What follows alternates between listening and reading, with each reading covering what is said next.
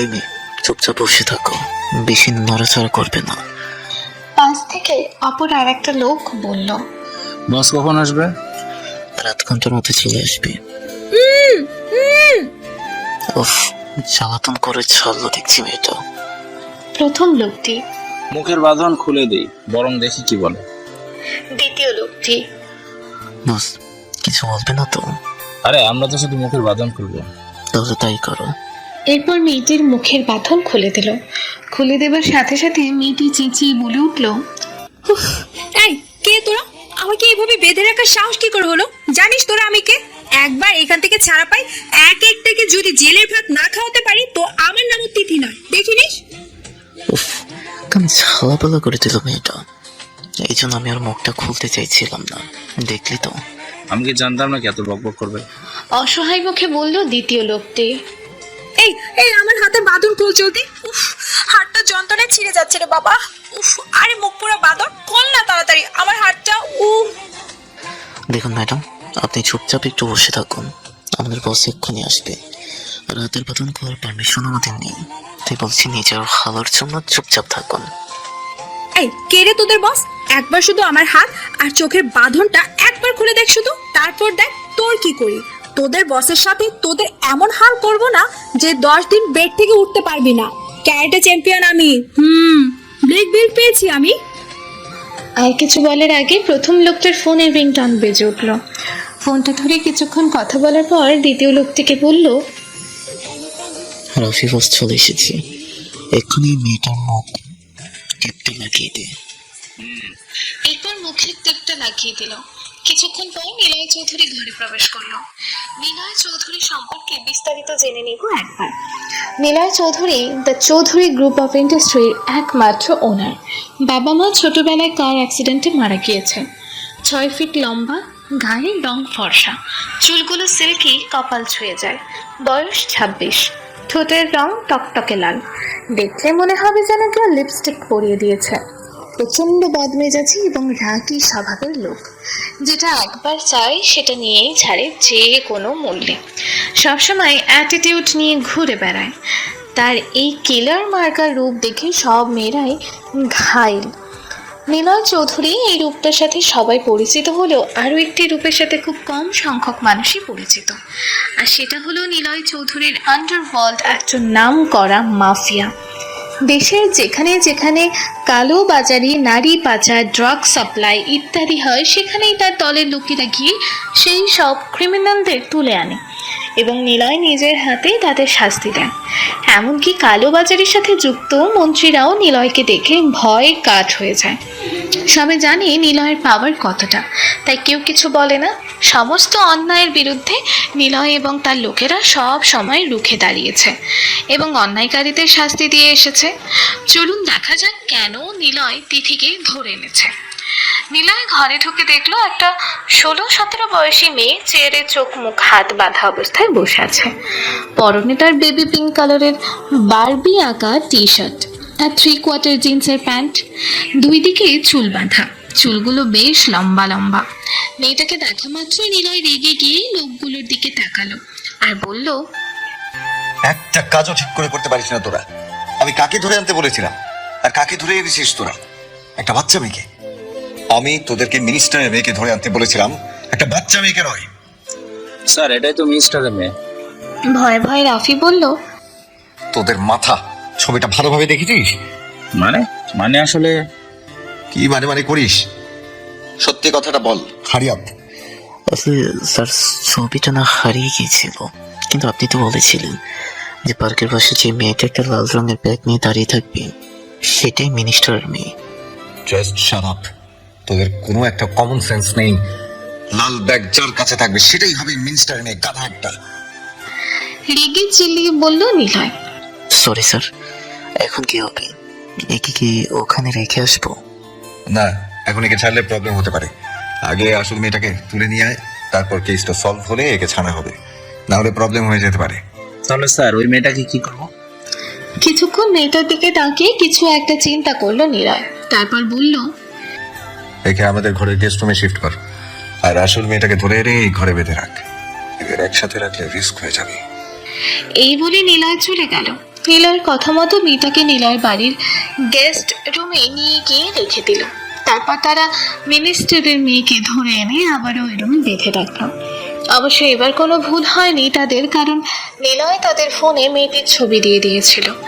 এদিকে তিথি চোখ মুখ হাত বাঁধা অবস্থায় মেঝেতে পড়ে রয়েছে আর মনে মনে হাজারটা গালি দিচ্ছে সেই সব লোকেদের যারা তাকে এখানে বন্দি করে রেখেছে।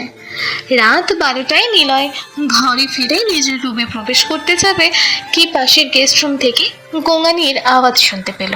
আওয়াজটাকে অনুসরণ করেই গেস্ট রুমের দিকে গিয়ে দরজা খুলল।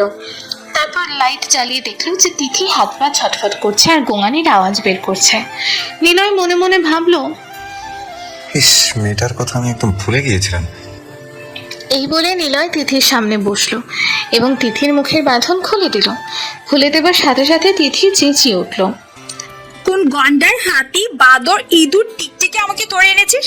সেই কখন থেকে আমাকে বেঁধে রেখেছিস, না আমাকে বাড়িতে যেতে দিচ্ছিস আর না আমাকে খেতে দিচ্ছিস। শালা, খিদেতে আমার পেটে দুম দুম আওয়াজ হচ্ছে, শুনতে পাচ্ছিস না? তিথির এইরকম কথা শুনে নিলয় ভ্যাবাচাকা খেয়ে গেল। তারপর মনে মনে ভাবলো, সত্যি তো আমি একদমই ভুলে গিয়েছিলাম খাবারের কথা। কিন্তু তিথির পরবর্তী কথা শুনে নিলয় মুহূর্তেই রেগে যায়। এই বাদর, তোদের বস কোথায় রে? তাকে তো আমি নর্দমায় চুবাবো। আমি শুনেছি তার সব কথা।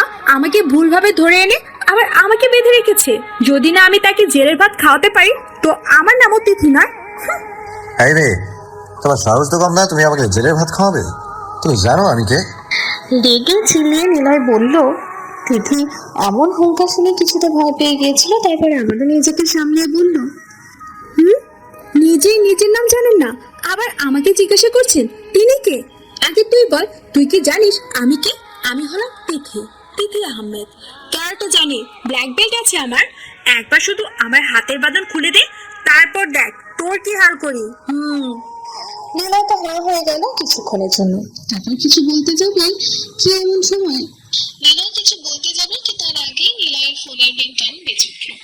একবার তিথির দিকে তাকিয়ে ফোনটা রিসিভ করলো। ফোনের অপর পাশ থেকে রাফি বলল, স্যার, মিনিস্টারের মেয়ে বলেছে তার নাকি খুব গরম লাগছে এখানে, নাকি এসির ব্যবস্থা করতে হবে, নইলে সে খাবে না। তাই নাকি? কিছুটা বাঁকা হেসে নিলয় বলল, আজকে রাতের জন্য যে খাবারের ব্যবস্থা করেছিস সেটা বরং তোরা খেয়ে নে, তাকে দিতে হবে না। একদিন না খেয়ে থাক, তাহলেই বুঝবে কত ধানে কত চাল।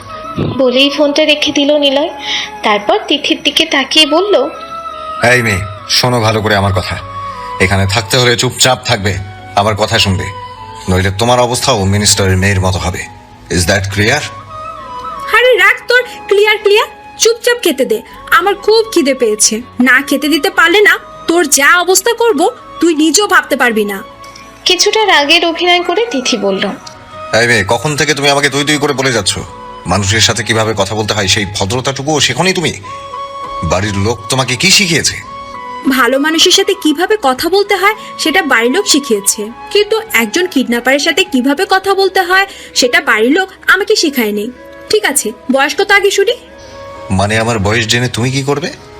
কিছুটা ভ্যাবাচাকা খেয়ে নিলয় বলল, হারে গাধু, আগে জেনে নিব না তুই আমার থেকে বড় না ছোট?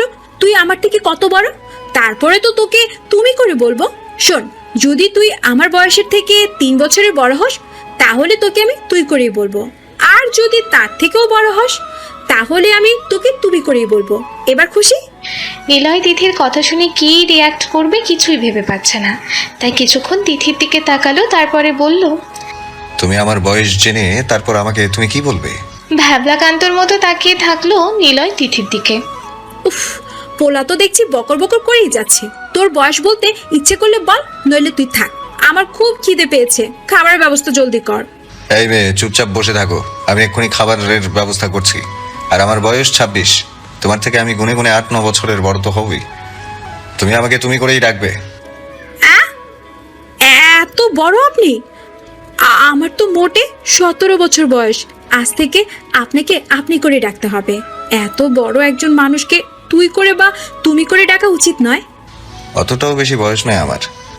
এই বলেই নিলয় আবারও ফোন হাতে নিল এবং একজনকে ফোন করে বলল যে, শোনো, গেস্ট রুমে ডিনারটা পাঠিয়ে দাও, হারি আপ। এই বলেই নিলয় নিজের রুমে চলে গেল, গেস্ট রুমের দরজাটা বন্ধ করে। তারপর সেখান থেকে ফ্রেশ হয়ে গেস্ট রুমের উদ্দেশ্যে চলে গেল। গিয়ে দেখলো সার্ভেন্ট প্লেট হাতে দাঁড়িয়ে আছে দরজার পাশে। নিলয় সার্ভেন্টের হাত থেকে প্লেটটা নিল এবং দরজাটা খুলে ভিতরে প্রবেশ করলো। তারপর তিথির সামনে খাবারটা রেখেই তিথিকে বলল, নাও খেয়ে নাও। এই, আপনি কোন স্কুল থেকে পড়াশোনা করেছেন বলুন তো? কেন? কিছুটা অবাক হয়ে নিলয় উত্তর দিল, এত বড় ধামসা ছেলে হয়েও এইটুকুনি কমন সেন্স নেই যে হাত পা চোখের বাঁধন না খুললে খাবার খায় কি করে মানুষ? আর তাছাড়া হ্যান্ড ওয়াশ দিয়ে হাত না ধুয়ে খাবার খেতে নেই, আপনি জানেন না? এই, আপনার মতলব কি বলুন তো? আপনি কি চান আমার করোনা ভাইরাস হোক? উফ, কি মেয়ে রে বাবা, আমাকে একদিনই পাগল করে ছাড়লো। এই এই মেয়ে, চুপ করে থাকতে পারো না? আমি খুলে দিচ্ছি তোমার হাতের বাঁধন, পায়ের বাঁধন। দয়া করে একটু চুপ করো, যত সব ভালো লাগে না। দাঁতে দাঁত চেপে বলল নিলয়। এইসব লোকেদের কাজ রাখতে আছে নাকি? ভুলভাল মানুষকে তুলে আনে আর যত প্যারা আমাকে পোহাতে হয়, যত সব। এই বলে নিলয় তিথির হাতের বাঁধন এবং পায়ের বাঁধন খুলে দিল। সবার শেষে চোখের বাঁধন খুলে তিথির দিকে তাকিয়ে নিলয় হাঁ হয়ে গেল। এমনও মেয়ে হয়! নিলয় তো খেয়ালই করেনি এতক্ষণ যে তার সামনে জলজন্ত একটা মায়াপুরী বসে আছে। হরিণীর মতো কাজল নয়না দুটি চোখ, আর্চ করা ভ্রু যেন চোখের উজ্জ্বলতা আরো বাড়িয়ে দিচ্ছে। তার গভীর চোখের রহস্য ভেদ করা যেন সাধারণ মানুষের কাম্য নয়। দুধে আলতা গায়ের রঙে যেন উপচে পড়ছে তার সৌন্দর্য।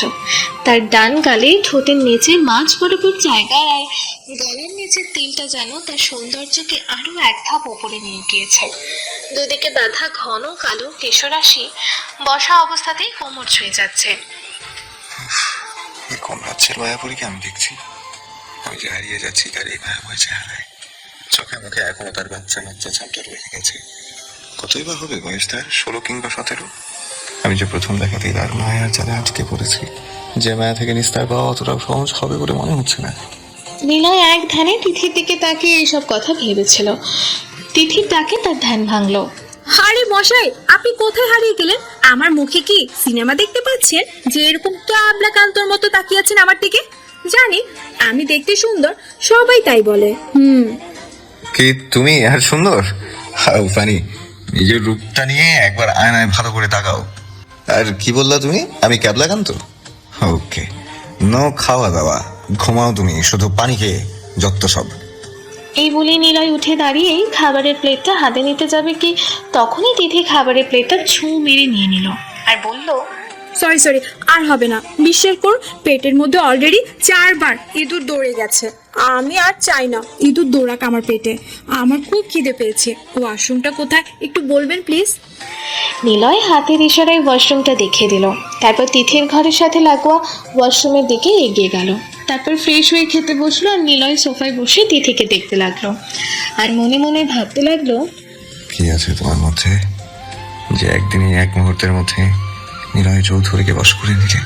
এই কথাগুলো ভেবেই নিলয় নিজের মনে হেসে ফেলল। যে নিলয়ের মনে অনুভূতির ছিটা ফোটাও ছিল না, সেই নিলয়কে এই মেয়ে তার মায়ার জালে ফেলে দিল, তাও আবার একদিনেই। ভাবা যায়, যাকে বলে লাভ অ্যাট ফার্স্ট সাইট। তারপর তিথির খাবার হলে প্লেটটা হাতে নিয়ে নিলয় সবে মাত্র বেরোতে যাবে কি তিথি পেছন থেকে নিলয়কে ডাক দিল। শুনুন একটু। হোয়াট? দেখো, তোমার ফালতু কথা শোনার জন্য এখন আমার সময় নেই। I am too tired, so let's sleep. Please 2 minute একটু শুনুন আমার কথা। জলদি বলো। You have only 5 minutes. বলছি কি, আপনার গুন্ডাগুলো তো 1 নম্বরে বলদ মার্কা। ভুল করে একটা ভালো বাচ্চা মেয়েকে তুলে এনেছি, তার উপর সারাদিন খেতে দেয়নি, এই রাত দুপুরে খেতে দিলেন আপনি। বলছি কি, আমার বাড়ির লোক তো টেনশন করছে আমাকে নিয়ে, তাই না? আমাকে একটু বাড়িতে পৌঁছে দিন না দয়া করে, প্রমিস করছি। আমি কাউকে বলবো না যে আপনারা কিডন্যাপার নামের কলঙ্ক। একটা কিডন্যাপও আপনারা ঠিক মতো করতে পারেন না, আর যেন কেউ আপনাদের ঘুষ দিয়ে কিডন্যাপ করানোর জন্য ফালতু টাকা নষ্ট না করে। প্লিজ প্লিজ প্লিজ আমাকে ছেড়ে দিন। এক নিঃশ্বাসে কথাগুলো বলল তিথি। Just shut up. প্রচন্ড রেগে চিল্লিয়ে বলল নিলয়। নো মোর ওয়ার্ডস। কোথাও যাওয়া হবে না তোমার যতক্ষণ না আমার কাজ সাকসেসফুল হচ্ছে। Do you hear what I say? হ্যাঁ, শুনেছি, সব শুনেছি। ঠিক আছে, আমি এখানেই থাকবো, চিন্তা নেই আপনার। প্রচন্ড ভয়ে তিথি বলল। আসলে তিথি বুঝতে পারেনি নিলয় এতটা রেগে যাবে। চোখ বাঁধা অবস্থায় যখন নিলয়ের কথা শুনছিল তখন অতটাও ভয় লাগেনি তিথির, কিন্তু সামনাসামনি নিলয়ের রক্তিম লাল চোখ দেখে মুহূর্তেই বীর নারীর হওয়া ফুস হয়ে গেছে। নিলয় আর কিছু না বলে রুমের দরজা বাইরে থেকে লক করে নিজের রুমে চলে গেল। এদিকে তিথি কি করবে ভেবে না পেয়ে ঘুমিয়ে পড়ল বেডের ওপর। সকালবেলা নিলয় ঘুম থেকে উঠে অবাক হয়ে গেল, কারণ নিচে বসের রুম থেকে প্রচন্ড চিৎকার চেঁচামেচির আওয়াজ আসছে। নিলয় রুম থেকে বসে শুনে যা মনে হলো দারোয়ানের সাথে কারো একজনের কথা কাটাকাটি হচ্ছে। তাই আর দেরি না করে ঝটপট ওয়াশরুম থেকে ফ্রেশ হয়ে লিভিং রুমের উদ্দেশ্যে রওনা হলো। নিচে নেমে নিলয় যাকে যাকে দেখলো তাকে দেখে প্রথমে একটু অবাক হলো, পরে আবার তার দিকে তাকিয়ে একটু বাঁকা হাসি হাসলো। তারপর তার উদ্দেশ্যে বলল, আরে এই যে দেখছি মিনিস্টার সাহেব, তা এত সকালবেলা আমার বাড়িতে আপনার পদধূলি কি কারণে তা জানতে পারি? How dare you! আমার মেয়েকে কিডন্যাপ করার সাহস তোমাকে কে দিল? জলদি আমার মেয়েকে ফিরিয়ে দাও আমার কাছে। হোয়াট? আপনার মেয়ে কিডন্যাপ হয়ে গেছে? কখন, কবে? আমি তো জানি না। তা কিডন্যাপ হয়ে গেছে নাকি কোনো আশিকের সাথে পালিয়ে গেছে? নিলয়, রেগে চিৎকার করে বলল মিনিস্টার। আওয়াজ নিচে!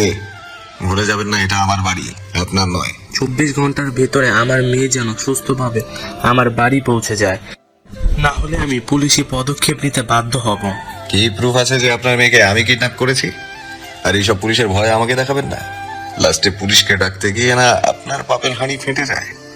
মিনিস্টার ভালোভাবে বুঝতে পারলো যে নিলয়কে ভয় দেখে কোনো ভাবেই তার মেয়েকে পাওয়া সম্ভব নয়, একমাত্র যদি না নিলয় নিজে তার মেয়েকে তার কাছে ফিরে দেয়।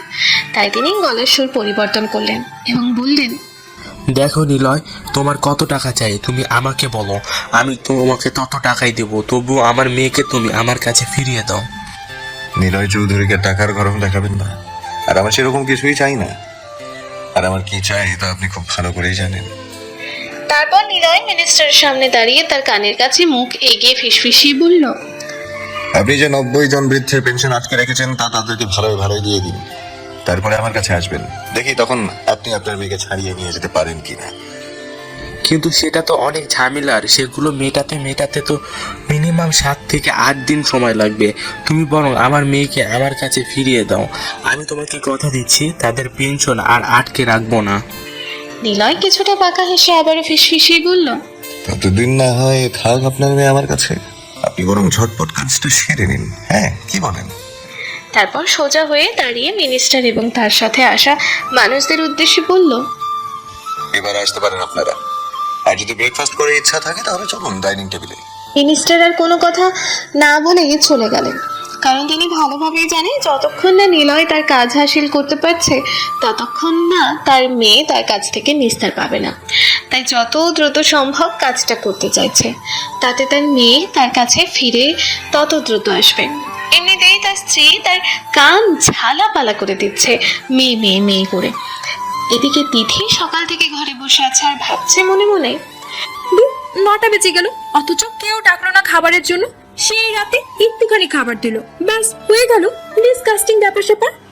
এইসব ভাবছে তখনই দরজা খোলার আওয়াজ পেল। দরজার দিকে তাকিয়ে দেখলো একটা মধ্যবয়স্ক মেয়ে তার দিকে তাকিয়ে বলল, স্যার, আপনাকে তাড়াতাড়ি ফ্রেশ হয়ে নিচে আসতে বলছে ব্রেকফাস্টের জন্য। ব্যাস তিথিকে আর পায় কি, সে তো কখন থেকে বসে আছে ব্রেকফাস্টের জন্য। তাই বলার সঙ্গে সঙ্গে সেই মেয়েটির সাথে নিচে নামলো সে। নিচে নেমে সে হাঁ হয়ে তাকিয়ে আছে।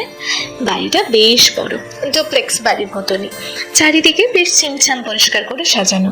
নিচে বড় হল রুম, একদিকে সোফা সেট রাখা আছে বসার জন্য, আর সামনে একটা বড় সেন্টার টেবিল, আর ঠিক তার সামনে একটা বড় টিভি। আর এই দিকে রান্নাঘর আছে, তার সামন বরাবর বড় ডাইনিং টেবিল পাতা আছে। রান্নাঘরটা বেশ বড় এবং খোলা, অর্থাৎ বাইরে থেকে দেখা যাবে না রান্নাঘরে কে কে আছে। তিথি দেখলো নিলয় অলরেডি ডাইনিং টেবিলে বসে আছে, তাই সে দেরি না করে ধপাস করে নিলয়ের পাশের চেয়ারে বসে পড়ল। আচমকা এরকম ভাবে বসে পড়ার জন্য টেবিলটা একটু কেঁপে উঠল, তার সাথে নিলয়ও। নিলয় তিথির দিকে রাগিয়ে চোখে তাকিয়ে বলল, হাই মেয়ে, তুমি কি আস্তে আস্তে কোনো কাজ করতে পারো না? সারাক্ষণ ব্যাঙের মতো তিরিং বিরিং করে লাফাও কেন? শুনেছি জন্ম আমার বর্ষাকালে হয়েছে, তাই হয়তো ব্যাঙের ডিএনএ আর আমার ডিএনএর মধ্যে অনেক মিল আছে। আচ্ছা রাবিশ। এই এই তুমি কি কোনোদিনও ভালো কথা বলতে শেখোনি? উফ, তোমার সাথে কথা বলতে আমি আর চাই না। সো চুপচাপ ব্রেকফাস্ট কমপ্লিট করো। এই বলে নিলয় ব্রেকফাস্ট শুরু করলো, কিন্তু তিথি ব্রেকফাস্টের দিকে তাকিয়ে জোরে চেঁচিয়ে উঠল। নিলয় থতমত খেয়ে গেল তিথির এমন চিৎকারে, আর উত্তেজিত হয়ে জিজ্ঞেস করলো, কি হয়েছে? মাত্র 4টে বাটার টোস্ট, 1 গ্লাস জুস আর 2টো সিদ্ধ ডিম, ব্যাস এইটুকু। এই, আপনি এত কিপটুস কেন বলুন তো? ভালোই তো, কিডন্যাপিং এর এই টাকা দিয়ে এত সুন্দর বাড়ি ঝেপে নিলেন, আর খাওয়ানোর বেলায় যত রাজ্যের কিপটামি। কাল রাতে তো শুধুমাত্র 4টে পরোটা আর 1 বাটি কষা মাংস দিয়েছেন, আর সারাদিন না খেয়ে রেখেছেন। আর সকালবেলা এইটুকুনি ব্রেকফাস্ট, কারো পেট ভরে উগান্ডা একটা। তারপর নিলয় নিজেকে সামলে নিয়ে সার্ভেন্টকে ডাক দিল আর বলল, শোনো, এর যা যা লাগবে বানিয়ে নিয়ে এসো, কুইক। ওকে স্যার, বলুন ম্যাম। আচ্ছা, আমার জন্য 1 প্লেট হোয়াইট সস পাস্তা আর 1 প্লেট গ্রিন সালাদ, আর হ্যাঁ 1 গ্লাস ম্যাঙ্গো মিল্কশেক। আর এই ব্রেকফাস্টটা থাক, তুমি এত কষ্ট করে বানিয়ে নিয়ে এসেছো, না খেয়ে থাকা যায় বলো? তুমি যাও। ওয়াও, এইটুকুনি মেয়ের পেট তো নয়, যেন একটা আস্ত বড় জলের টাঙ্কি। মনে মনে বলল নিলয়। এবার বোঝো ঠালা, আমাকে আটকে রাখা, তাও আবার বিনা দোষে। এমন হাল করবো না যে কাল সকালের মধ্যে আমাকে আমার বাড়িতে নিচে রেখে আসবে, একদিনই ফকির বানিয়ে দিব। তা না হলে আমার নামও তিথি না। কি ভেবেছো আমি কিছু বুঝি না? এসব তুমি জানো কি? যত ইচ্ছা খাও, কিন্তু আমার কাজ যতদিন না পর্যন্ত শেষ হচ্ছে তোমাকে এখান থেকে মুক্তি পেতে দেবো না। It's challenge. তিথি প্রায় 2 ঘন্টা যাবৎ ঘরের এই মাথা থেকে ও মাথা চরকি পাক খাচ্ছে। নিলয় অনেকক্ষণ আগেই অফিসে চলে গিয়েছে, আসবে নাকি সেই সন্ধেবেলা। তিথি আঙুলের নখ খাচ্ছে আর ভাবছে সে কি করবে। লোকটা তো তাকে স্পষ্ট জানিয়ে দিল যতক্ষণ না তার কাজ শেষ হবে না ততক্ষণ পর্যন্ত সে তাকে ছাড়বে না। কিন্তু এদিকে বাড়ির লোক তো তার জন্য টেনশনে মাথা খারাপ হয়ে যাচ্ছে হয়তো। নিশ্চয়ই মামার বিপি মনে হয় ফল করে গেছে, আর টাকলু মামা তার মাথায় নিশ্চয়ই আইস প্যাক দিয়ে বসে আছে, আর মামি হয়তো মামার টাকলু মাথায় ফ্যান নিয়ে হাওয়া করছে। এখন কি করা যায়? তাদের একবার না জানালে তো তারা টেনশন করবে, হয়তো পুলিশও জানিয়ে ফেলবে। এক কাজ করি, একটা ফোন করে বরং জানিয়ে দিই। তিথি আস্তে আস্তে সিঁড়ি বেয়ে নিচে নামলো এবং আশেপাশে চারিদিকে খুঁজে কিছু পেল না, তাই সেই রান্নাঘরের দিকে গেল। গিয়ে দেখলো সার্ভেন্টসরা দুপুরের জন্য খাবার রান্না করছে। সে একটা সার্ভেন্টের কাছে গেল এবং তার কাছে গিয়ে বলল, ফোন আছে? সার্ভেন্টটাও কিছুক্ষণ তিথির দিকে তাকালো, তারপর বলল, সরি ম্যাম, স্যার নিষেধ করেছে আপনাকে কোনো রকম ফোন দিতে। আরে চাচা, কোনো রকম ফোন দিতে হবে না, যে কোনো একটা ফোন দিলেই চলবে। প্লিজ দিন না, খুব দরকার। সরি ম্যাম, স্যার বারণ করেছে। রাগ তোর সারে নিকুচি করেছে, দিতে হবে না তোর ফোন, যত সব আউলা ছাউলা। মুখ ভেঙচে তিথি চলে গেল। তারপর তিথি মনে মনে নিলয়কে এবং সার্ভেন্টকে হাজার একটা গালি দিয়ে সিঁড়ি বেয়ে উপরে উঠতে নেবে কি সোফা রুমের পাশে দেখলো একটা ল্যান্ড ফোন রাখা আছে। ব্যাস, তিথিকে আর পাইকে ঝপাং করে সেখানে গিয়ে ফোনটা হাতে নিয়ে প্রথমে মামার নাম্বার ডায়াল করলো। কিছুক্ষণ পর ওপাশ থেকে একজন ভদ্রলোক ফোনটা রিসিভ করলো, তারপর উত্তেজিত এবং চিন্তিত কণ্ঠে বলে উঠলেন, হ্যালো, কে বলছেন? মামা, আমি তিথি বলছি। তিথির কণ্ঠটা শুনে তার মামা মনে হয় একটু নিশ্চিত হলেন, তারপর বললেন, তুই কি আমাকে কোনোদিনও শান্তি দিবি না? কোথায় গিয়েছিস তুই? ফোন ফেলে দিয়েছিস কেন বাড়িতে? আর সারা রাত কোথায় ছিলিস? চারদিকে খুঁজে খুঁজে পাগল হয়ে গিয়েছি, সে খবর রাখিস তুই?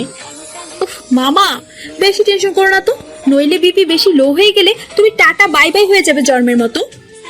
হ্যাঁ রে, তোর লজ্জা করে না? নিজের মামার মৃত্যু কামনা করিস, আর তুই কোথায় বল দেখি? আরে মামা, আমি মিতুর সাথে একটু ঘুরতে বেরিয়েছি, সুতরাং আসতে মিনিমাম 8 থেকে 9 দিন তো লাগবে। তুমি বেশি টেনশন করো না, ফোন নিয়ে আসেনি বলে রাস্তার পাশে টেলিফোন থেকে ফোন করেছি। এই ফোনে আর ফোন দিও না, কারণ এটা আমার ফোন নয়, এটা টেলিফোন বুথের নাম্বার। তুই আবার কখন কোথায় ঘুরতে গেলি? আমাকে তো কিছু বললি না। তুই সব সময় এরকম কেন করিস? কোথায় ঘুরতে চলে গেছিস? আরে মামা, খুব গরম পড়েছে না, তাই দার্জিলিং ঘুরতে এসেছি। দার্জিলিং? তুই দার্জিলিং এ চলে গেছিস? উফ মামা, তুমি মামিকে ফোনটা দাও তো। কিছুক্ষণ পর ওর মামা তিথির মামির ফোনটা ধরে দিল। হ্যাঁ রে মামুনি, তুই নাকি দার্জিলিং গেছিস? তা আমার জন্য একটা ভালো দেখে সোয়েটার আনিস তো, আমারটা অনেক দিনের পুরনো হয়ে গেছে। আমি বরং তোকে টাকা পাঠিয়ে দিচ্ছি, তুই তো বেশি টাকা নিয়ে যাসনি।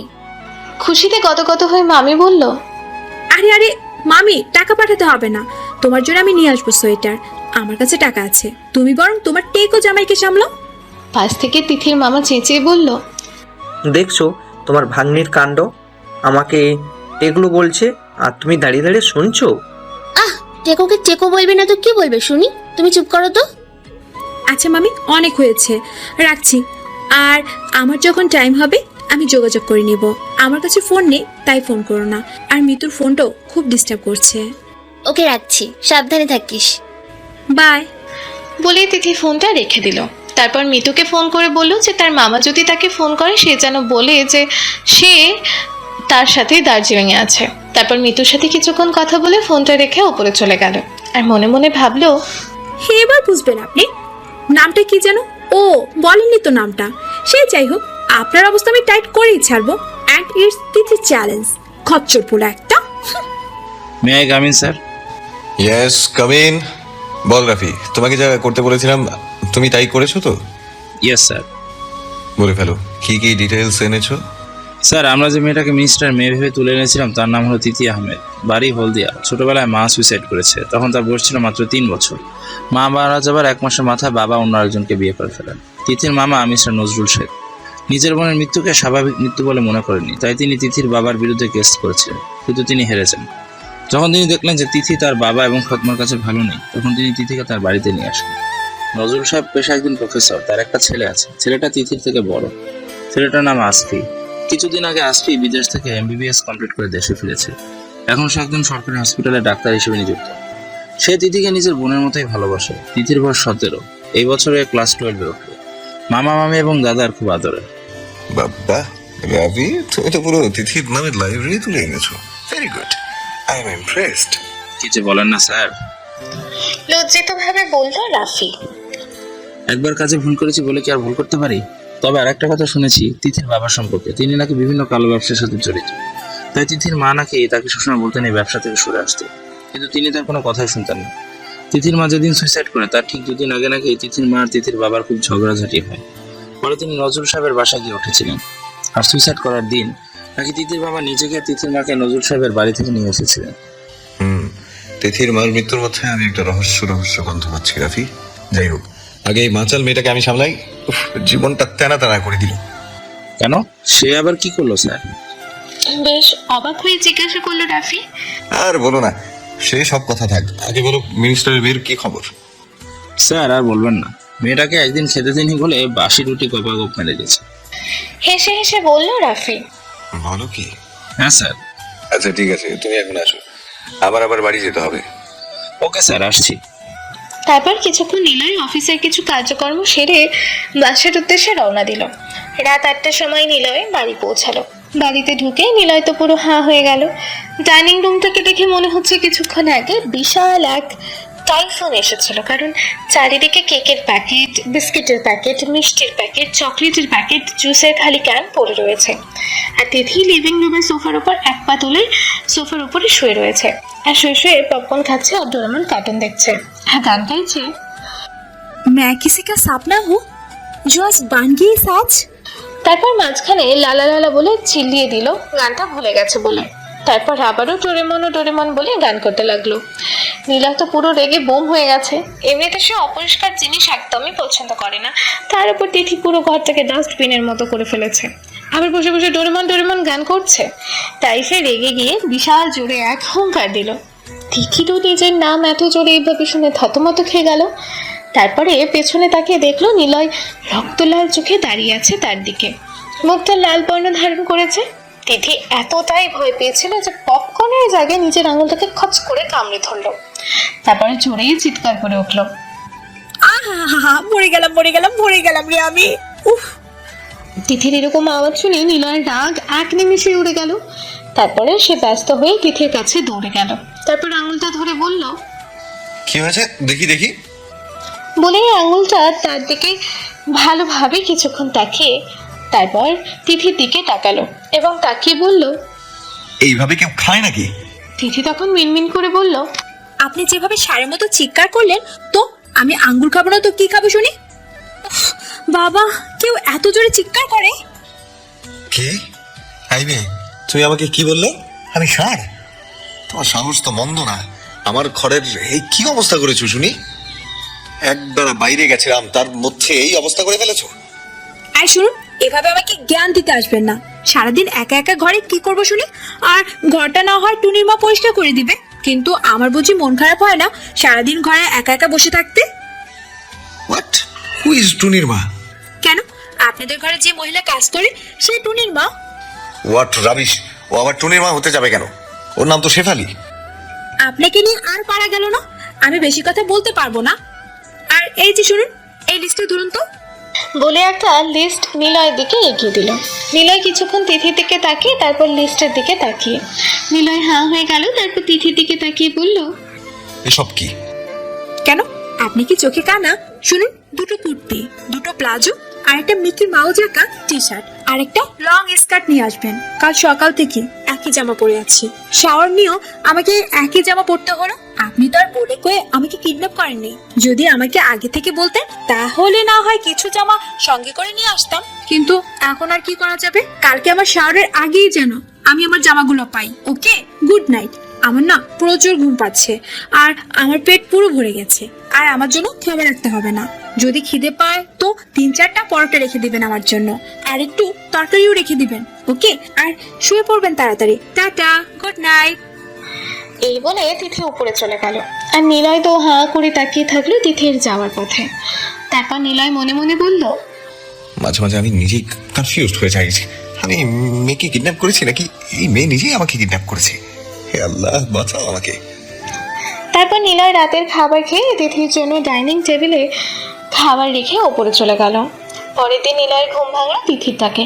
নিলয় বেশ বিরক্ত হয়ে বলল, উফ, দিদি ঘুমাতে দাও তো, ডিস্টার্ব করো না। আরে, আমার জামা আনতে বলেছিলাম না, এনেছিলেন? হ্যাঁ, রামু চাচাকে বলে আনিয়ে নিয়েছি। নিচে গিয়ে রামু চাচাকে জিজ্ঞেস করো, তোমাকে দিয়ে দেবে। এখন যাও প্লিজ, আমাকে ঘুমাতে দাও। এই বলে তিথি চলে গেল। আজকে যেহেতু রবিবার তাই নিলয়ের অফিস ছুটি।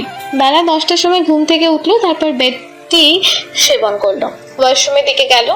কিন্তু ওয়াশরুমের ভেতরে ঢোকা মাত্র নিলয় চিৎপটাং হয়ে গেল।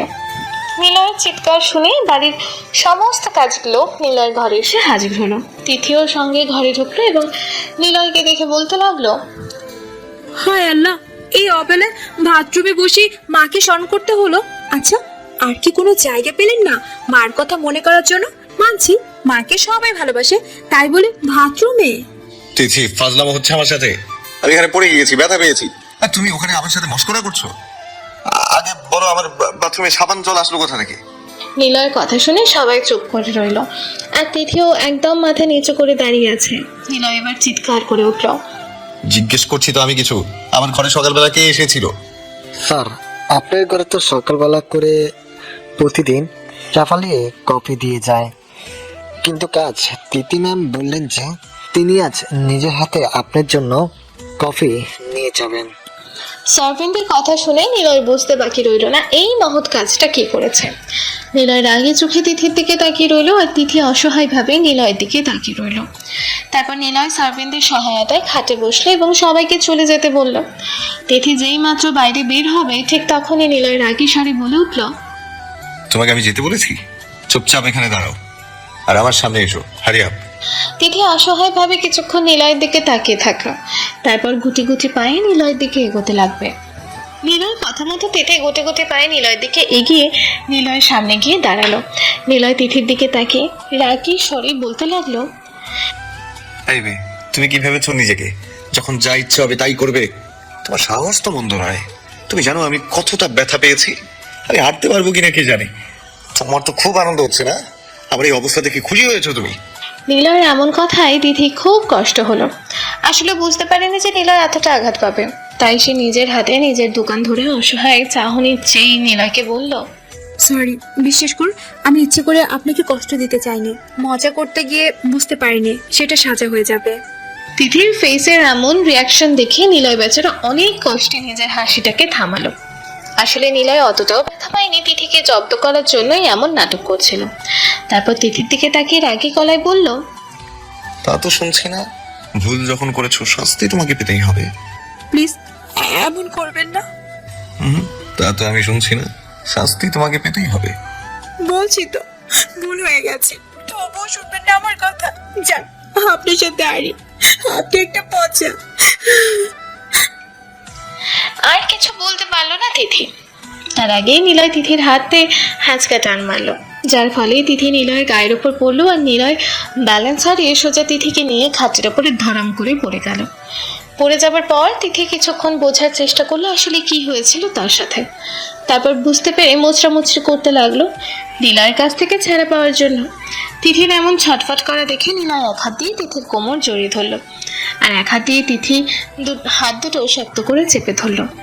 তিথি এদিকে নিজেকে ছাড়াতে ব্যস্ত, আর নিলয় তো ব্যস্ত তিথিকে দেখতে। নিলয় তিথির চোখের দিকে তাকিয়ে আছে পলকহীন ভাবে। নিলয় মাঝে মাঝে ভেবে পায় না যে কি মায়া জাদু আছে এই চোখ দুটোর মধ্যে, যে মাঝে মাঝে সেও হারিয়ে যায় এই চোখের মায়া জালে। তারপর আস্তে আস্তে তিথির চোখের দিকে থেকে নজর সরিয়েই নিলয়ের নজর গেল তিথির গোলাপি ঠোঁট যুগ্মের দিকে। এক দৃষ্টিতে তাকিয়ে আছে তার গোলাপি ঠোঁট দয়ের দিকে। তিথির গোলাপি ঠোঁটের নিচেই মাঝ বরাবর তিলটি যেন তিথির ঠোঁটের সৌন্দর্যকে শত গুণে বাড়িয়ে দিয়েছে। নিলয় তিথির কোমর থেকে হাতটা তুলে একটা আঙুল নিয়ে তিথির ঠোঁটে স্লাইড করতে লাগলো। হঠাৎ নিলয়ের এমন স্পর্শে তিথি কেঁপে উঠলো আর খেয়াল করলো নিলয় তার ঠোঁটের দিকে এক দৃষ্টিতে তাকিয়ে আছে। নিলয়ের এমন চাহনি দেখে তিথি মনে মনে বলল, ব্যাটা লুচুর মতিগতি মোটো ভালো ঠেকছে না। তাই তিথি চিল্লিয়ে উঠল বাঁচাও বাঁচাও করে। তিথির এমন চিল্লানো দেখে নিলয় থতমত খেয়ে গেল, তাই সঙ্গে সঙ্গে তিথির মুখটাকে চেপে ধরলো। আর এইদিকে তিথির নিজেকে ছাড়ানোর জন্য আপ্রাণ চেষ্টা করতে দেখে নিলয় তিথির দিকে রাগি চোখে তাকিয়ে এক ধমক দিল। তাতেই তিথি কিছুটা কেঁপে উঠলো। তারপর নিলয় বলল, চুপ, একদম চুপ। এইভাবে কেউ চিল্লায়? আর একবার চেঁচালে তুলে আছাড় মারবো, বেয়াদব মেয়ে কোথাকার। নিলয়ের এমন ধমকে তিথির চুপ মেরে গেল। তারপর নিলয় তিথিকে ছেড়ে দিল। তিথি উঠে চলে যেতে যাবে কি নিলয় আবারও তিথির হাতটা ধরে ফেলল। তারপর তিথিকে তার পাশে বসালো আর ড্রয়ার থেকে মুভ মলম বের করে তিথির হাতে দিল। তিথি মলমটার দিকে তাকিয়ে নিলয়কে জিজ্ঞেস করলো, এটা দিয়ে কি করব? তিথির কথার উত্তর না দিয়ে নিলয় বেডে চুপচাপ শুয়ে পড়লো উবর হয়ে। তারপর তিথিকে বলল, ব্যথা যেমনই তুমি দিয়েছো তেমনই ব্যথা সারানোর দায়ও তোমার। চুপচাপ আমার কোমরে মলম লাগিয়ে দাও। অসম্ভব, আমি আপনার কোমরে কোনো মলম টলম লাগাতে পারবো না। তুমি লাগাবে কিনা? যদি না লাগাও তাহলে আমাকে অন্য পদ্ধতি অবলম্বন করতে হবে। তুমি কি চাও সেটা আমি করি? সেটা কিন্তু তোমার পক্ষে ভালো হবে না। প্লিজ, দিতেছি। এই বলে তিথি তার নরম হাতে নিলয়ের কোমরে মলম লাগিয়ে দিল। আর নিলয় পরম আবেশে চোখ বুঝে তা অনুভব করতে লাগলো। তার মায়াপুরীর হাতে স্পর্শ বলে কথা। মলম লাগানোর পর তিথি, কথা কমুন আর আপনার সাথে। আজকের প্রতিশোধটা তো আমি নিয়ে ছাড়বো। It's my challenge. তারপর তিথি নিজের রুমে চলে গেল। কিছুক্ষণ পর নিচ থেকে তুমুল ঝগড়ার আওয়াজ শুনতে পেল নিলয়। ঝগড়ার কারণ জানার জন্য নিচে গিয়ে দেখলো তিথি রামু চাচাকে আচ্ছা মতো ধোলাই দিচ্ছে। নিলয় গিয়ে তিথির এমন ব্যবহারের কারণ জিজ্ঞাসা করতেই তিথি দাঁত কামড় করে রামু চাচার দিকে তাকিয়ে নিলয়কে বলল, দেখুন কি আনছেন, একবার দেখুন। আমি বলেছি মিকি মাউস আঁকা টপ আনতে, আর উনি এনেছেন লিটল এলিফ্যান্ট আঁকা টপ। আর তার চেয়ে বড় কথা হলো লিটল এলিফ্যান্টের মতোই টপের সাইজও এনেছে। এই টপের ভিতরে আমি আর আমার মামি দুজন একসাথে ঢুকে যেতে পারবো। যত সব আলু খালুর ডাল। নিলয় গেঞ্জির দিকে তাকিয়ে দেখলো সত্যি গেঞ্জিটা অনেক বড় সাইজের এনেছে। নিলয় চাচার দিকে তাকাতেই চাচা বললেন, সাহেব, আমি দোকানদারকে আপনার দেওয়ার লিস্টটা ধরিয়ে দিয়েছিলাম। উনি সব দেখে জিনিসপত্র দিয়েছিলেন। সব জামাগুলোই ঠিক আছে, শুধুমাত্র মামুনির গেঞ্জিগুলো গন্ডগোল হয়েছে। আর তাতেই মামুনি অকারণে আমার উপর চিল্লাচিল্লি করছে। কি? আমি অকারণে চিল্লামিল্লি করছি? আমি কি সুন্দর ভেবেছিলাম আজকে শাওয়ারের পর মিকি মাউস টপ আর স্কার্ট পরে ঘুরঘুর করব, কিন্তু আমার সব আশাতে এক বালতি জল ঢেলে দিল। যত সব আউল ফালুর দল। আমি জানি না, আমার মিকি মাউস আঁকা টপ দিতেই হবে। আচ্ছা আচ্ছা, তুমি এখন অন্য জামা পরো। বিকেলে তোমাকে নিয়ে আমি শপিং মল থেকে তোমার পছন্দ মতো টপ কিনে আনবো। এবার খুশি? খুব, এতগুলো। বলে দুই হাত ছড়িয়ে দেখালো। নিলয় তিথির এমন কাণ্ডে হেসে ফেলল, তবে সবাইকে বুঝতে দিল না। এবার বুঝতে চান্দু? তিথি কি চিজ? ফকির যদি বানিয়ে না দেই তো আমার নামও তিথি নয়, আমাকে শাস্তি দাও। নিলয় বিকাল 5টায় তিথিকে নিয়ে বেরোবে বলেছিল, তাই তিথি 4টে থেকে ড্রেস পরে বসে আছে আর সামনে নিলয়ের কাছে গিয়ে নিলয়কে তাড়া দিচ্ছে। তারপর নিলয় তৈরি হয়ে যাবার পর তিথি এবং নিলয় বেরিয়ে গেল শপিং মলের উদ্দেশ্যে। শপিং মলে ঢুকে প্রথমে তিথিকে নিয়ে নিলয় ওমেন সেকশনে গেল এবং সেখান থেকে তিথির জন্য 4টে মিকি মাউস আঁকা টপ নিল। তারপর আরও কিছু প্রয়োজনীয় জিনিস কেনার পর শপিং মল থেকে বেরোতে যাবে কি তিথি নিলয়ের হাত ঝপাস করে টেনে ধরলে। নিলয় তিথির দিকে তাকিয়ে ইশারায় জিজ্ঞাসা করতেই তিথি নিলয়কে সামনে তাকাতে বলল। নিলয় দেখলো সামনে টয়েস সেকশন আছে, তাই তিথির দিকে ভ্রু উঁচিয়ে জিজ্ঞাসা করলো, কি? আসলে আমি কোনো অচেনা জায়গায় বেশি দিন থাকলে যদি টেডি বিয়ার জড়িয়ে না ঘুমাই তাহলে ভূতের স্বপ্ন দেখি, তাও আবার যে সে ভূত নয়, একেবারে শাকচুন্নির স্বপ্ন দেখি, ভীষণ ভয় করে। একটা টেডি কিনে দিন না প্লিজ। এ আবার কেমন ধরনের স্বপ্ন? কই এমন কারোর হয় তা তো আগে শুনিনি। সত্যি বলছি আমার এমন হয়, আপনি আমাকে বিশ্বাস করেন না? ওকে ওকে, যাও গিয়ে কিনে নাও। নিলয় বলতে দেরি কিন্তু তিথির যেতে দেরি হলো না। দৌড়ে গিয়ে টয়েস সেকশন থেকে 3টে বড় বড় টেডি বিয়ার তুলে নিল। তারপর 2টো টেডি বিয়ারের গলায় জড়িয়ে উঠে দাঁড়ালো আর একটা টেডি বিয়ারকে নিলয়ের হাতে ধরিয়ে দিল। তিথি তো টেডি বিয়ার দুটোকে জড়িয়ে ধরে হাঁটতে হাঁটতে হিমশিম খাচ্ছে। নিলয় তিথির এমন কাণ্ড দেখে তিথিকে বলল, একটা টেডি বিয়ার নেবে বলে 3টা নিলে, আর এখন দুটোকেই সামলাতে হিমশিম খাচ্ছ। আসলে 3টে টেডি বিয়ার 3 দিকে থাকলে শাকচুন্নি অ্যাটাক করতে পারে না। তাহলে আর একটা টেডি বিয়ার নিয়ে নিতে পারতে, তাহলে 4 দিক থেকে তোমাকে কেউ অ্যাটাক করতে পারতো না। ঠিক বলেছেন তো আপনি, আমার না একদমই মাথায় ছিল না আইডিয়াটা। দাঁড়ান আমি চট করে গিয়ে আরো একটা টেডি বিয়ার নিয়ে আসি। এই না না, আর নিতে হবে না, তোমার কাছে এমনিতেও কোনো ভূত আসবে না, আর যদি আসে তবে আমি বলে দেবো যে তোমার কাছে যেন না যায়। শান্তি? ঠিক আছে এখন চলুন, আমার না খুব খিদে পেয়েছে। কি একটু আগে তো বাড়ি থেকে বেরোনোর সময় চিপস বিস্কুট কুকিজ পেস্ট্রি এসব খেয়ে নিলে, এর মধ্যে আবার খিদে পেয়ে গেল? তোমার পেট এত ঘন ঘন খালি হয় কেন? সে তো 4টের সময় খেয়েছিলাম আর এখন 6টা বাজে, আর এই আপনি আমাকে খাবারে খোটা দিচ্ছেন। শুনুন, আমি আপনার কাছে গিয়ে বলিনি আমাকে আপনার বাড়িতে থাকতে দিন, খেতে দিন। উল্টে আপনি আমাকে ভুল করে ধরে এনে নিজের বাড়িতে আটকে রেখেছেন। আর আপনার ভাগ্য ভালো আমি এখনো আপনার বিরুদ্ধে কোনো কঠিন স্টেপ নেইনি, সুতরাং ভেবে চিন্তে কথা বলবেন আমার সাথে। It's the clear? সত্যি মাঝে মাঝে আমি ভুলেই যাই যে তোমাকে আমি কিডন্যাপ করেছি নাকি দাওয়াত দিয়ে আমার ঘরে এনেছি। চলো খাবে চলো। তিথি রেস্টুরেন্টে নিলয়ের সামনে বসে খাচ্ছে আর বারবার আর চোখের সামনের টেবিলের লোকটিকে দেখছে। নিলয় ব্যাপারটা খেয়াল করে তিথিকে জিজ্ঞেস করলো, কি হয়েছে, তুমি খাচ্ছ না কেন? আর বারবার ওই দিকে তাকাচ্ছ কেন? নিজের প্লেটের দিকে তাকাও। আরে দেখুন না, সেই কখন থেকে এই কালা টাকলু ভোদার কোম্পানি লোকটা আমার প্লেটের দিকে তাকিয়ে আছে আর আমার খাবারের দিকে কোন নজর দিচ্ছে বেটা ঢ্যাঁড়সের ভর্তা। আমি শিওর এই খাবার খেলে 7 দিনের জন্য আমাকে বাথরুম কি বাসা বানাতে হবে। নিলয় আর কিছু বললো না, কারণ সে জানে তিথিকে বলে কিছুই হবে না, তাই সে চুপচাপ খেতে লাগলো। কিছুক্ষণ পর খাওয়া শেষে নিলয় উঠে বিল পেমেন্ট করতে গেল, কিন্তু বিল পেমেন্ট করে এসে দেখলো নিলয়দের টেবিলের সামনের টেবিলে কিছু মানুষ ভিড় করে দাঁড়িয়ে আছে। তারপর নিজের টেবিলের দিকে তাকিয়ে দেখলো যে তিথি সেখানে নেই। ব্যাপারটা আন্দাজ করতে পেরে নিলয় এগিয়ে গেল সামনের টেবিলের দিকে।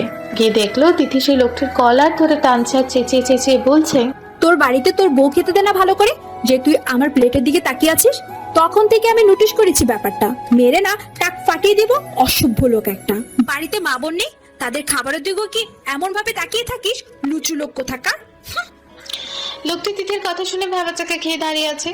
নিলয় দৌড়ে গিয়ে তিথিকে আটকালো আর সেই লোকটির কাছ থেকে ক্ষমা চেয়ে নিল। তারপর তিথিকে জোর করে টেনে নিয়ে বাইরে বেরিয়ে এলো। তারপর তিথিকে জোর করে গাড়িতে তুলে বাড়ির উদ্দেশ্যে রওনা দিল। তিথি গাড়ির ভেতর চুপ করে বসে আছে, কারণ নিলয় গাড়ি চালাতে চালাতে বারবার তার দিকে রাগী চোখে তাকাচ্ছে। আর তিথি মনে মনে নিজেকে 1000টা গালি দিতে লাগলো। হঠাৎ তিথি বাইরের দিকে তাকিয়ে জোরে জোরে চিৎকার করে উঠল। তিথির এমন চিৎকার শুনে নিলয় খুব জোরে গাড়ির ব্রেক মারলো।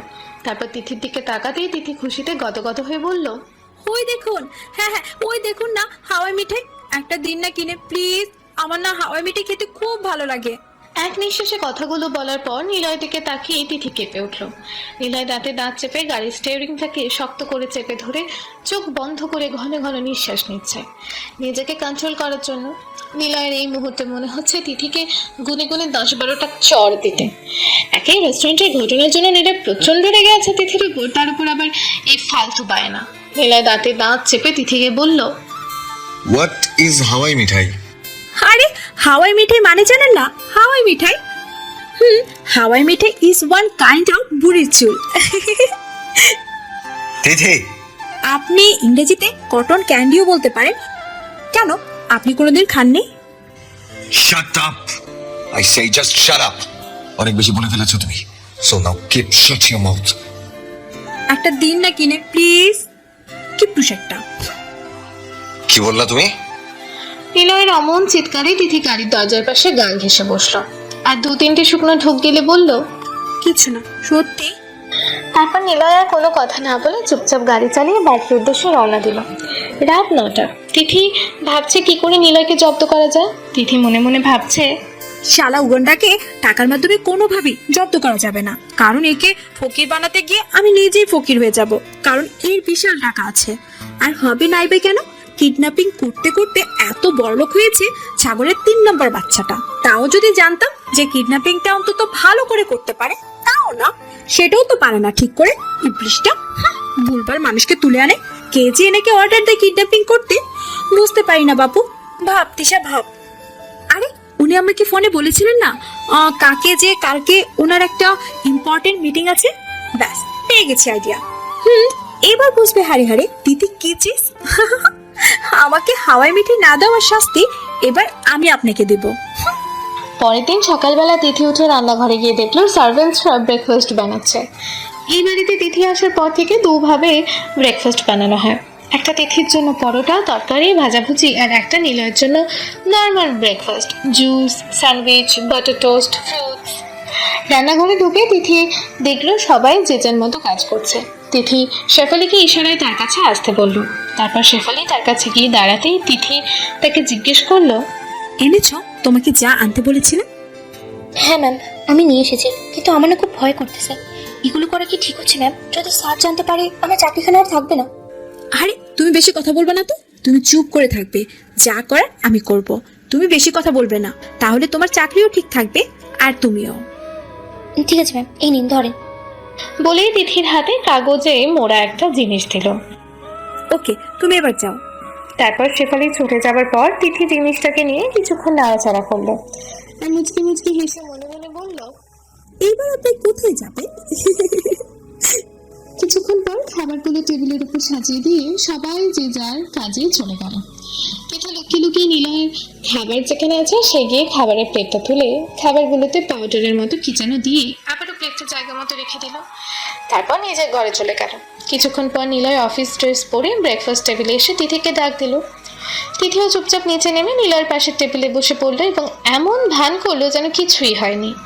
ব্রেকফাস্ট করার মাঝখানে নিলয়ের ফোনে ফোন এলো। নিলয় ফোনটা রিসিভ করে বলল, 20 মিনিটের মধ্যে আমি পৌঁছাচ্ছি।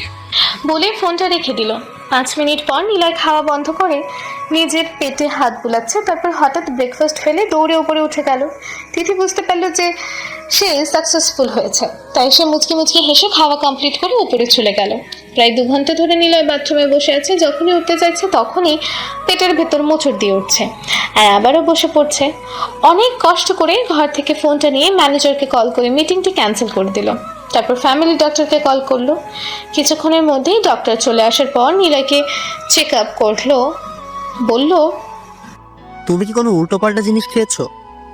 না তো ডক্টর আঙ্কেল, সকালবেলা এমনি নর্মাল ব্রেকফাস্ট করেছি। তাহলে খাবারের মাধ্যমে হয়তো ভুলবশত কোনো অপদ্রব্য জিনিস পেটের ভিতরে চলে গিয়েছে, তাই এমন প্রবলেম হচ্ছে। ওকে চিন্তা করো না, আমি মেডিসিন দিয়ে দিচ্ছি, তুমি সময় মতো খেয়ে নেবে। আর আজকের দিনটা একটু রেস্ট নাও, দেখবে কালকের মধ্যেই তুমি একদম ঠিক হয়ে গেছো। আর আপাতত এই মেডিসিনটা খেয়ে নাও, তাহলে তোমাকে আর ঘন ঘন বাথরুমে যেতে হবে না। Okay uncle. আর এদিকে তিথি তো ঘরের মধ্যে জোরে জোরে গান চালিয়ে লুঙ্গি ডান্স দিচ্ছে। জিঙ্গালালা হু হু জিঙ্গালালা হা হা। ঠিক তখনই শেফালি এসে দরজায় নক করলো। তিথি শেফালিকে এই সময় তার রুমে দেখে কিছুটা থতমত খেয়ে গেল। তারপর নিজেকে সামলিয়ে শেফালিকে ঘরে আসতে বলল।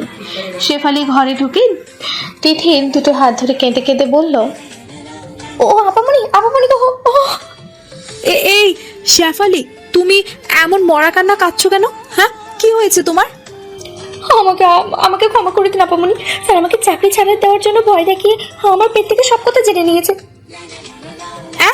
আর তুমি সব বলে দিলে? এই তোমার স্যার তোমাকে চাকরি কাটার ভয় দেখালো, আর তুমি হুড়ুট করে আমার সব কথা বলে দিলে?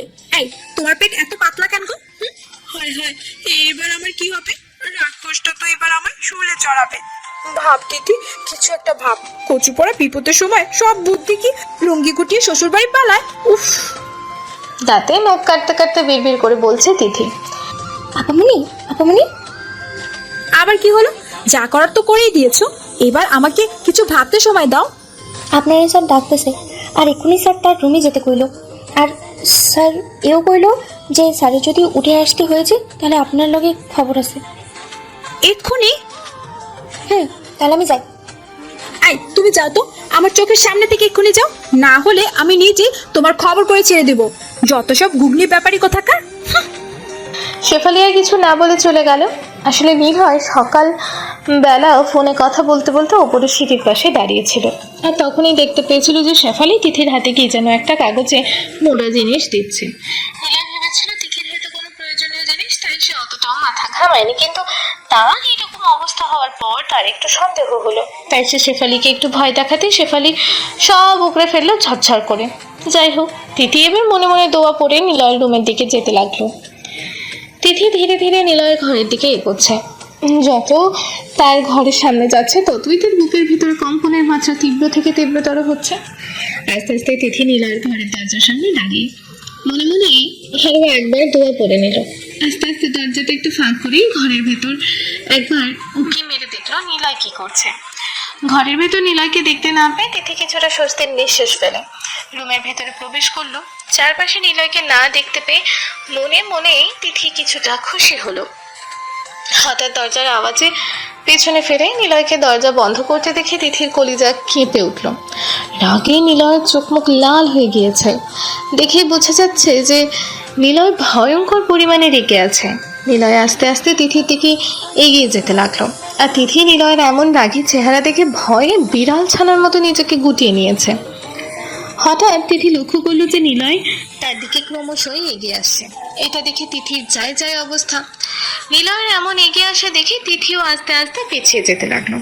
তিথির হঠাৎ মাথায় বুদ্ধি এলো নিজেকে বাঁচানোর।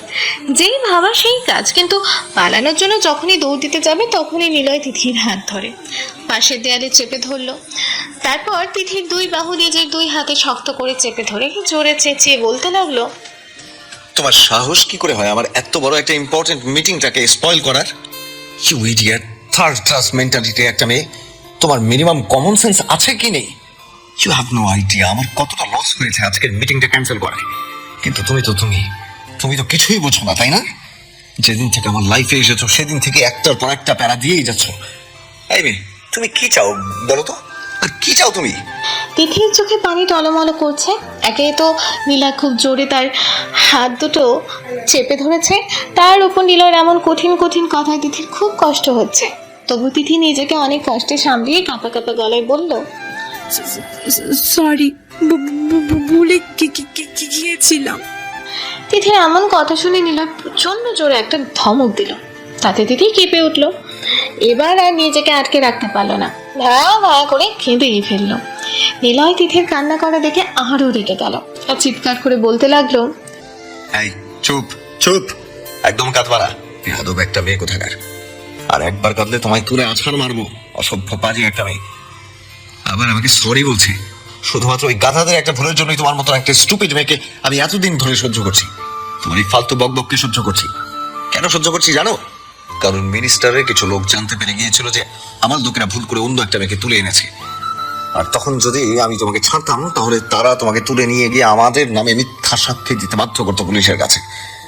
এতে আমাদের তো ক্ষতি হতোই, তার সাথে আরো 90 জন বৃদ্ধের পেনশন আটকে যেত।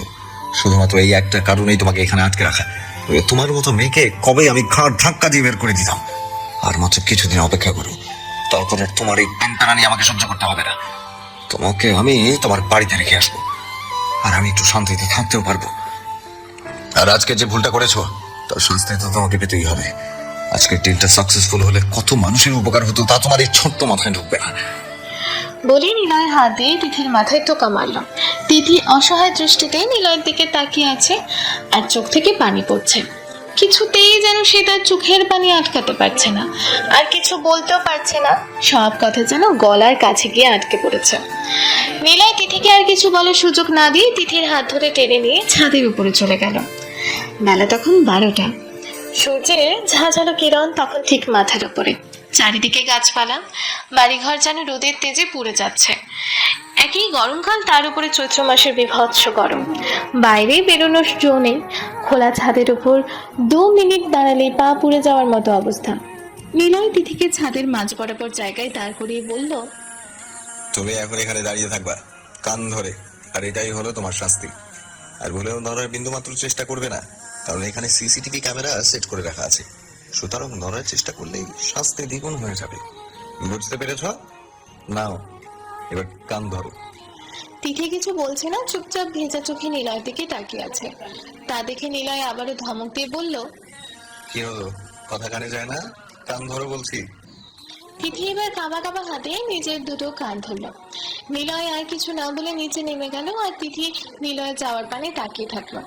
প্রায় 1.5 ঘন্টা যাবত তিথি ওই গনগনে রোদে কান ধরেই দাঁড়িয়ে আছে। আস্তে আস্তে তিথির সমস্ত কষ্ট ক্ষোভে পরিণত হলো। তার নিলয়ের উপর প্রচন্ড রাগ হচ্ছে, তার সাথে নিজের উপরে সে প্রচন্ড রকম বিরক্ত। সে মনে মনে ভাবছে কেন সে নিলয়কে জব্দ করতে গেল। তার এই বোকামের জন্য শুধু শুধু নিলয় তাকে এত অপমান করলো। শুধু নিলয় বলেই এত অপমান সহ্য করেছে, মুখ থেকে যা পর্যন্ত কাটেনি। নিলয়ের জায়গায় যদি অন্য কেউ হতো না, তাহলে এতক্ষণে তার মাথা ফাটিয়ে দিত। তার সাথে আবার কষ্ট লাগছে যে শুধুমাত্র একটা ভুলের জন্য নিলয় তাকে আজ এতটা অপমান করতে পারলো। তিথি মনে মনে ঠিক করে নেয় যে যতদিন সে এই বাড়িতে থাকবে ততদিন নিলয়ের সাথে আর কথা বলবে না, এমনকি নিলয়ের সামনেও যাবে না। দুপুর 2টো। নিলয় আজ রুম থেকে বের হয়নি, ঘরে বসেই লাঞ্চ করেছে। ল্যাপটপে বসে কাজ করতে করতে